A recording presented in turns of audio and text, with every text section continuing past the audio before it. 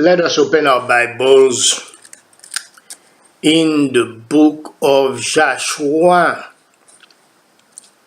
chapter 6. We are going to start from the beginning.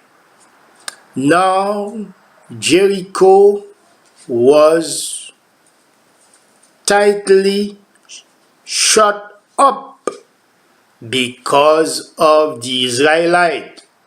No one went out and no one came in. Hallelujah. So, as you can see, the Israelites, they were, hallelujah, in Ziv, practically in front of Jericho. But you may say, Apostle, how do you know that? Yes. They celebrated the Passover from the 14th to the 21. They were in Gilgal, that's meaning the outskirts of Jericho. Now they walk toward Jericho. So you know Passover finished on the 21st. And they walk over Jericho. And then when they are in Jericho, in front of Jericho, Jericho had a wall. Because they saw the Israelites coming, they were scared. They locked down the wall, the gates of Jericho.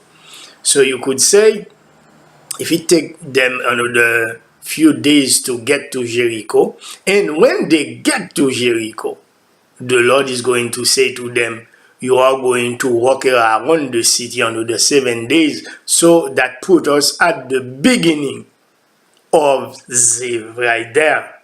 Yes. Then the Lord, verse 2, said to Joshua, see, I have delivered Jericho into your hands. My God, this is why in the graphic, I say to you, Jericho is in sight. Hallelujah. That means the Lord said, see, I have delivered Jericho.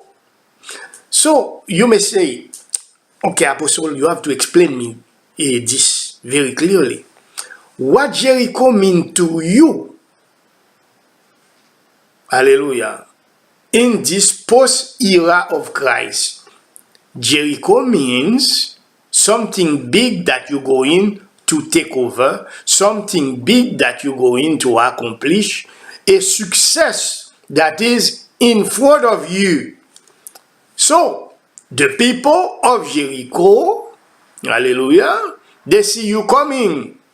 And they said, we are going to shut down the doors and not offer you an opportunity to get ahead. This is what Jericho is all about. Now I want you, this is prophecy here, amen. I want you to start thinking into your mind what your Jericho represents. You know, I was in meditation last night. I said, where is my Jericho, God? Where is my Jericho? Where is my Jericho? When you are in Ziv, you must think about your Jericho. A target. Amen and amen. What is the target? What is the goal? Hallelujah. And usually your Jericho, you know, is something people are going, or a place people are going to oppose you. And you can see the opposition coming. You know, they're gossiping behind your back. They try to set you up. You know, because they see you coming, they don't want to give you access. Amen and amen. They said Jericho was tightly shut up. That means they closed down. They said, no, Israelite, you're not going to come in. This is land flowing with milk and honey. We're not going to share the milk. We are not going to share the honey. We are not going to allow you to live the good life as we are living the good life. But the Lord said, see, Jericho is in sight. That means, see, can you see your Jericho? Jericho is in sight. And the Lord said, yes, this Jericho that you see, I have given Jericho into your hands, along with its king and its fighting men. That means all these people, they are going to be subject to you now. Oh, but I'm going to give you the key word. The key word. So you may not be intimidated when you facing and you see your Jericho. Verse 3. March around the city once with all the armed men. Do this for 6 days. What you see, you cannot retreat. You must go forward. You must march toward Jericho. And the Lord has a plan for you to take over Jericho. And he said to them, you are going to do this for 6 days. And he's going to explain. He said, have 7 priests carry trumpets of ram's horn in front of the ark. On the 7th day, march around the city 7 times with the priests blowing the trumpets. And when you hear them sound a long blast on the trumpet, have all the people give a loud shout. Then the wall of the city will collapse and the people will go up, every man straight in. My God, my God. Now, you see your Jericho, and the Lord has given you a plan. When you see your Jericho, when you see the target, when you see your Jericho, you must ask God for the plan. And when you receive the plan, you must advance toward Jericho, march, and follow exactly what the Lord is telling you. You may say, should I march around the city? No, that was the strategy for this time. But there is a strategy for you, tailor-made to you. A strategy for you alone to follow. This is why in this time of prophetic time, prophetic season, you are in the 2nd month, and you know, the strategy for this person is totally different from that person. And in the prophecy itself that I will give to you, hallelujah, under the inspiration of God, this person may do this person may do that. Hallelujah. Amen. So, not everything should be the same. Like, I think a couple years ago, I said to a person, okay, that was this season. You're going to buy a house. This person said, I walk around the house 7 times. I laugh. But because that was the season, they marched around the wall of Jericho 7 times. And the person did get the house. But the strategy was, because when I said to this person, you're going to get a house, the person said, no, I don't have any money. I don't have any money. But the Lord already had a plan. And this person also was out of a job at that time. He said, I don't have any money. I don't have a job. And then the Lord had a plan. And then they called him up and they said, we'll give you a job. And then he said to the people, I already have a job waiting for me. And they said, oh, if you got a job, and and they make sure he get the house.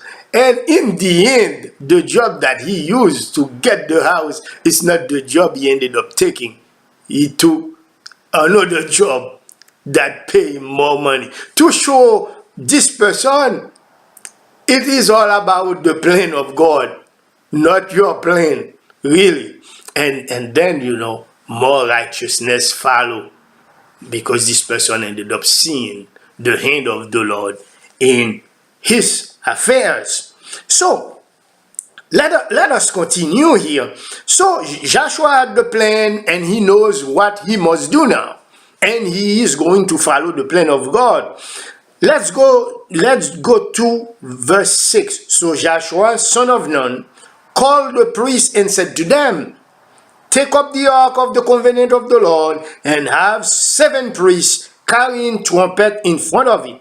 And he ordered the people, advance, march around the city with the armed guard going ahead of the ark of the Lord. Like you see, he's following the plan to a T. Like exactly what God tell him to do, he's doing it.